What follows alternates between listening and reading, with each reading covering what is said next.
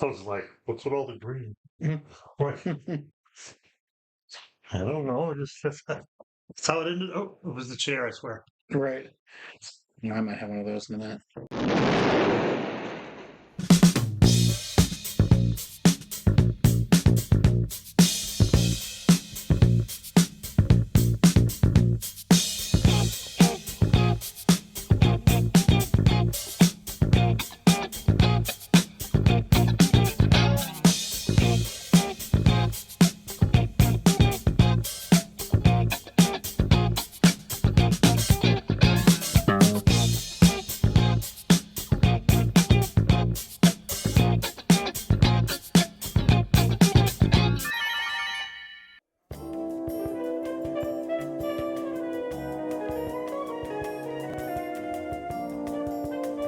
Welcome to another episode of The Wonderful World of Wonder Woman. I'm Paul, I'm Mark. and tonight we're going to be talking about 2 episodes. You heard it here right. We predicted and we were right. I Do is the first episode. it is a burden to be right all the time. Yes, it is. And this is definitely an I don't. But I do. A massage, a facial, and a state secret. Diana visits a spa to investigate leaks of government information.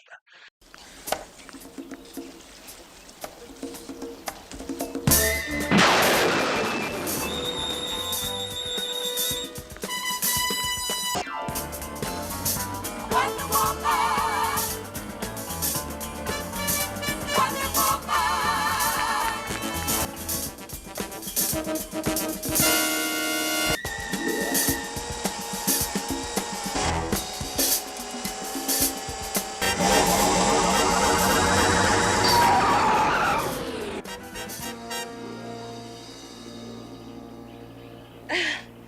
Well, how did you enjoy your golf game? I've been in the rough before, but this is crazy. Which is a really not a great summary of this episode. But I suppose they didn't want to let out the secret that in the beginning of the episode, Diana gets married. So Yeah. we'll talk about that. Yeah, they could have led with that almost. Yeah. Our cast tonight, of course, features Linda Carter as Wonder Woman, Diana Prince, Lyle Wagner as Colonel Steve Trevor, almost not in the episode at all. Yeah. Norman Burton as Joe Atkinson, who is in the episode a little bit in the beginning. Celeste Holm as Dolly Tucker, one of the well, we'll talk about who she is. Yeah. Simon Scott as Sam Tucker, her husband. Christian Harrison, played by John Getz, who is Wonder Woman or Diana Prince's husband in this episode. And then we have Henry Darrow making a return villainous appearance, but this time as Hacienda Spa owner David Allen. He's from the infamous Steve Falls in a Hole episode from Correct. the first season. Correct. And then we have Brian Avery as Denny Lake, who's one of the heavies working for David Allen. I don't, like you Yes. said in the beginning. Phew. That I got nothing for this episode. This episode was like lukewarm soup. Yeah. There's we were debating whether it was the worst episode, and you had said that it didn't make you as mad as the worst episode. Correct. But for me, because there's nothing, it elicits no emotion out of me. It's just ugh. I got nothing. I got nothing. Yeah, for me, this is another lost opportunity. On paper, this sounds interesting. Mhm. On paper, he creates a spa where he hypnotizes the wives of important Washington movers and shakers, and he's able to get them to duplicate the conversations they hear, and he uses that to make money. Mhm. He bribes, he blackmails, he makes predictions on the market, things like that. So I thought it had an interesting premise, but the execution once again was awful, and it ended up being nothing more than that. We predicted it, that Bionic Woman episode, that awful Bionic Woman episode. This one had a budget of 0. Yes. There was nothing to it. There was no. At least with the Bionic Woman, they had the hair dryers and Correct, stuff correct. that had flashy lights and stuff. Yeah. There was nothing to this episode. Yeah, the pseudoscience in this episode was really bad. Yeah. I mean, the fact that the woman Dolly Tucker, she has an accident, and the chiropractor jars loose the muscle that is used in her back that is used to mind control her. I'm just like, what? That was tantamount to shark repellent. Yes, Shark repellent. yes, it really It was just that so bad. happened to be the thing that worked Yeah. somehow. Yeah, And somehow she knew that was the muscle correct. before it, she took the chance that maybe that was the muscle, maybe it wasn't, Hmm. or the chiropractor. He's so good. He's like, this is the hypnosis muscle. That's correct. It's been loosened. I studied ancient acupressure. This controls your mind. It'll no longer work. Yes. Yeah, it had so many holes. So it could have, and I think the other thing that was distracting was the henchmen look like various other 70 stars. Yeah. So one guy looked like Potsy, then at one point he looked like the oldest brother from Eight Is Enough, and his partner looked like Rich Little through most of the episode. I was expecting him to do voices. Yes. That was very distracting. He was Rich Little doing an impression of Charles Grodin in the first half. That's correct. And then revealing himself in the To second. be Rich Little, yes, yeah. So this one, we quickly decided we needed a second episode. Yeah. Our pain Yes. is your pleasure. Yes. And I think that's very wonderful. So we moved on to episode 10 of season 2. I'm sorry, episode 9 of season 2, The Man Who Made Volcanoes. The world's in hot lava when a mad scientist figures out how to make volcanoes blow their tops on cue. The floor is lava. Yes.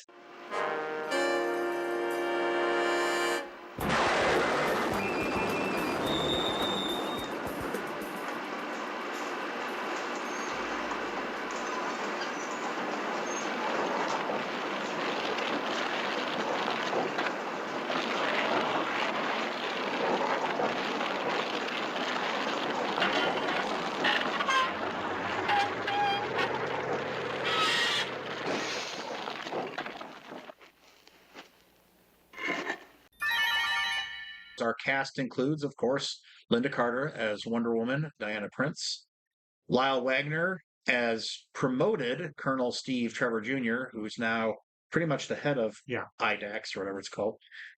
Norman Burton as Poor Joe Atkinson. We'll talk about what happens to him. Then we have our guest stars. We have Roger Davis as Jack Corbin, who is the second in command of the bad guy. Who doubts, who believes in him, but then doubts his methods. Yes. Sometimes I doubt your commitment to sparkle motion. Then we have Irene Tsu as Mai Ling, who appears at first to be working for the professor, but she's actually a Chinese agent. Mm-hmm. And then her partner, Lin Wan, played by Richard Narita. We also have Roddy McDowall, famous Roddy McDowall of the Planet of the Apes, as Professor Chapman, who is the mad scientist in this episode. And then we also have some other guest stars. We have Milt Kogan as Kalanin and Ray Young as Tobarov, who play the quote-unquote twins, who are the Russian spies sent to stop the professor. So we have the People's Republic of China sending spies to stop. We have Russia trying to send spies to stop, and then Diana Prince is sent by the Americans to stop him, because there's already been an American sent who was lost. And then we have Philip Ahn as Colonel Min, who is in charge of the People's Republic of China agents. And that's pretty much it. That's everybody. I love me a good mad scientist. Yep. I love I love this episode. This episode is like, it's very fast. It doesn't dawdle. It gets to the point. It has a crazy doomsday weapon. It has Roddy McDowall at his Roddy McDowallist, right down to the giant glasses. So it's hard to take him serious as this like evil genius when his eyes are like blink, blink, Yeah. But He just leans into it. I love all of everything about it. I love the fact that the three superpowers have to get together to stop this guy. Um, there's too much of this episode to love. The the Wonder Bug. Yes, yes, that we really were hoping would also turn into the Wonder Woman mobile. It lasted not. Alas, yeah, it would have been like she does donuts and it turns into the one, but it's invisible, so it's just her driving around. Oh, that would have been even better. Oh, But if only they had had a bigger budget. Oh, that would have been so cool. yeah, but I enjoy this episode a lot. Yeah, so at the very beginning, they Mhm. changed the beginning. Oh yeah, yeah, Which you are a fan of. yeah. the They opening they have credits. a new opening credit scene. I was not a fan of. I miss my singing of the Wonder Woman theme. So it's not that the visuals were fine, Oh, but the fact that they go to chintzy just horns and then every once in a while sing Wonder Woman, I just missed the guy belting out the theme song. just giving it his all. Giving it his all. But so that was a change, and that as I'm watching this episode, especially following I Do, I'm like, this feels like a completely different show. Yes, A totally different show. yes. I mean, it moves to it's about as comic booky as you can get. Yep. I mean, It's got that. I hated the Super Friends. Yeah. Okay, but I love when because the Super Friends were always like there was a natural disaster or there Right. was a mad scientist trying to bring about world peace. Yeah. I hated that aspect for the Super Friends, but in a live action show, I like it. So yeah, It feels. I mean, and we've got a lot of spies. We've got. I mean, actually, Roddy McDowell's character is an ex-scientist for. I keep forgetting all of them. IADC, OSS. Yeah, he worked for OSS with Joe. Yep. And so it's kind of got that aspect of it. So it's a former agent turned evil. It's got action. It's got a big, like you said, a big James Bond solar plexus weapon Yes. that activates the volcanoes. It's got trap doors. And escapes and walls crunching in like Star walls Wars. closing in.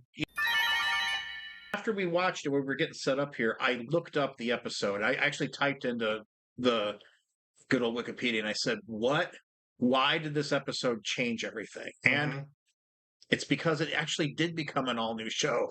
So they demoted, it doesn't say demoted, but it had everyone, they got a brand new showrunner for this episode. And then everyone else who were the former showrunners all got bumped down a title. So they brought in, and who did they bring in, you might ask? Yeah. Who did they bring in? Oh, good old Bruce Lansbury. And Bruce Lansbury, if you don't know, the brother of Angela Lansbury of what was that show? Murder, She Wrote. He helped direct that, but he also was significant. He directed a lot of Mission Impossible shows. Oh, that makes sense. Once I saw that, I'm like, now this show makes sense. It's Mission Impossible draped in Wonder Woman. Yes, It really felt. I'm like, this was a Mission Impossible episode. Yeah. And so that made total sense once I saw it was Bruce Lansbury, who goes on to direct Buck Rogers of the 25th Century. He moves on to Knight Rider. So I mean, it feels almost like an 80s show now. Yeah. And so in its quality and the way they did the plot. So I think that because the whole time it was bugging me. I'm like, something has changed. Something, because I looked at the writer's name, didn't recognize it. Mhm. I must have missed that Lansbury was a producer, and then our executive director, and it just felt so weird. And the fact that the title card changed, they basically reinvigorated the show in the middle of it. So. Which I think is great because it worked. It's so much. I mean, such a change from I Do. To go from I Do to this. Yeah. I mean, the people in charge must have looked at those some of those episodes and went, we put money. Well, we put money in this. Some money. So let's at least not make it look cheap. Right. And so they made the new intro and that makes all the sense in the world. Yeah. The only thing, my only complaint about this episode, and I had it from minute one of the episode. So it's two complaints wrapped up in one. So in the beginning, they make a big deal about the fact that Joe is promoted and Steve is promoted. So now Joe is higher up as a liaison. Steve is now the director of the IADC. And he issues Diana her marching orders. And she even says that. So from now on, I'll be getting my missions from you. And he agrees. And so and then later on, the Chinese agents comment on the fact is they sent one agent to this critical incident. And in my head, I'm like, what would have made more sense is, and maybe they would have needed an episode before this, is Steve now knows she's Wonder Woman. So they only need to send her. Diana Prince just being the only agent, I thought was a little odd.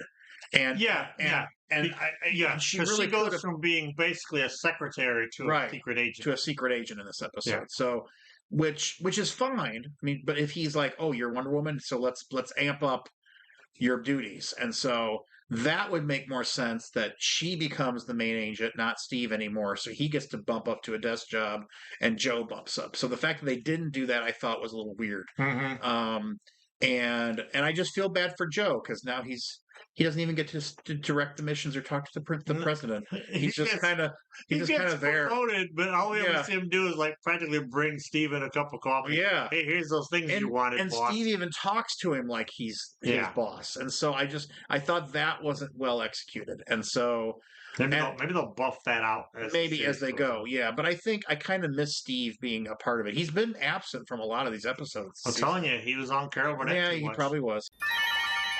It was like the perfect Mission Impossible story. Yeah. I mean, they just did that, and the fact that you don't realize that they're all agents, working for other governments. They kind of appear to be the bad guys, but they're not. Yeah, very much Mission Impossible. So I love this episode. So if this is the direction they're going, I'm very, very happy. Yeah. I'm sure they'll have to do some cheesy episodes to save money. Yeah. But if this definitely upped the quality of the Mad Scientist plot line. Yeah. And so it feels like kind of, they gave it sort of the Bionic Woman touch as well as the Mission Impossible touch. So I love that. Yeah. I did think it was. We do get this reoccurring plot though device in Wonder Woman where. And maybe it was a thing in the 70s, or maybe it's because it's what the Southern California looks like. But always the villain is in Mexico or in some South American / made-up Central American country. Yes. So, I mean, so again, we get that. So it starts... and they might as well just move her to Los Angeles. Let's just if they're going to promote those two, let Joe be in Washington D.C. Let those two be where you're the West Coast operatives for IADC. Let's just get done with the whole Washington D.C. thing. But the fact that it all takes place in the mountains of Southern California, which we were laughing because some of the music. Was very much like Planet of the Apes. It looked like Planet of the Apes. Yep. The music sounded like Planet of the Apes. Roddy McDowall is from Planet of the Apes. It just felt like a very much sort of a Planet of the Apes nod, without really having anything to do with Planet of the Apes. Yes. Unintentional nod. Yeah, yeah. So I love the scene where she gets trapped in the trap.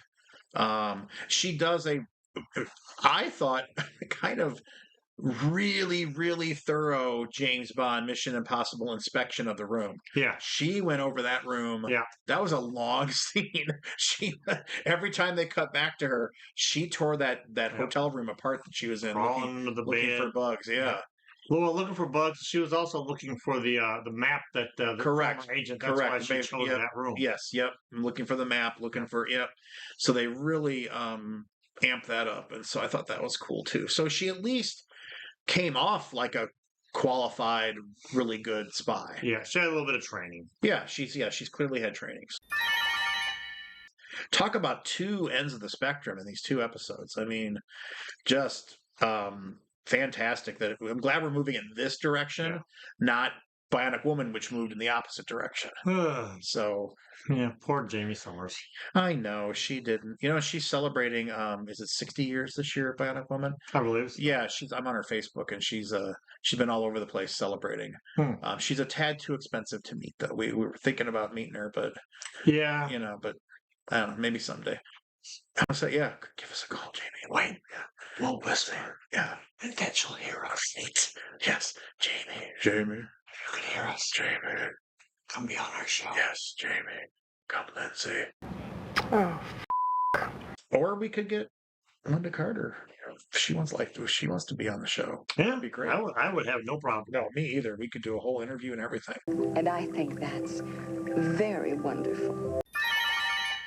Yeah, no, I think it ends on a high note tonight. I love it. Yeah, no regrets with that episode. I love the fact,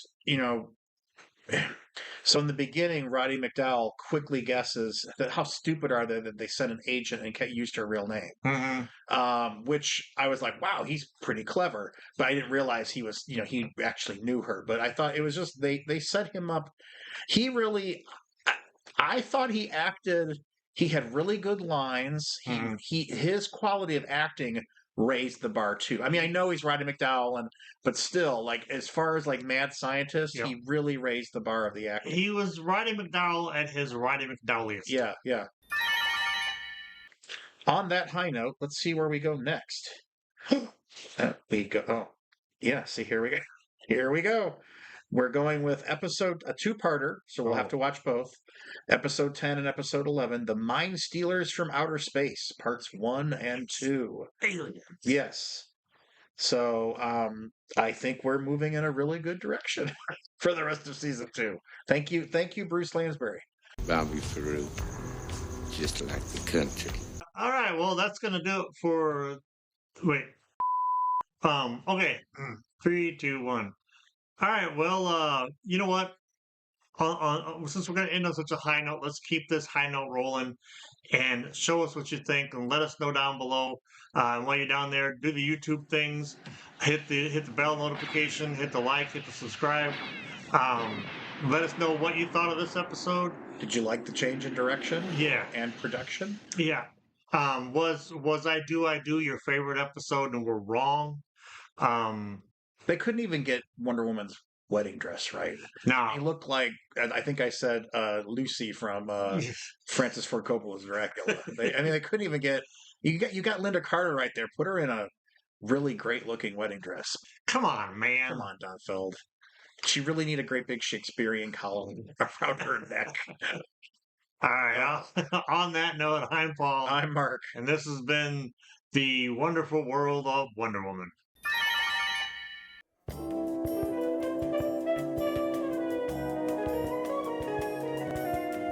Thank you, Bruce Lansbury. Oh, it's Bruce. Coming from the grave. I was He's probably dead. Okay. All right. Him and Angela are both dead. Yeah. Gone too soon. But maybe it was a murder, and but she can't write about it. And now, like, yes, her daughter has to write about it. Or Jamie Lee Curtis is going to. I was going to say Jamie Lee Curtis is on the case. Yes. Yep.